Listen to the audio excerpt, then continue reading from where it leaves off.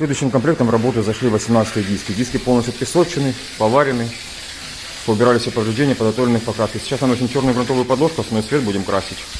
Темный европейский графит. Финальным этапом диски строим порошковым лаком.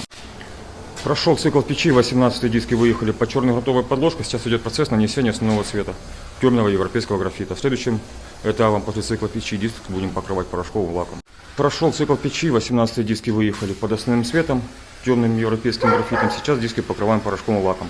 В конце видео покажу готовый результат. Прошел финальный цикл с печи, показываю готовый результат 18 дисков в основном цвете темный европейский графит. Такой результат.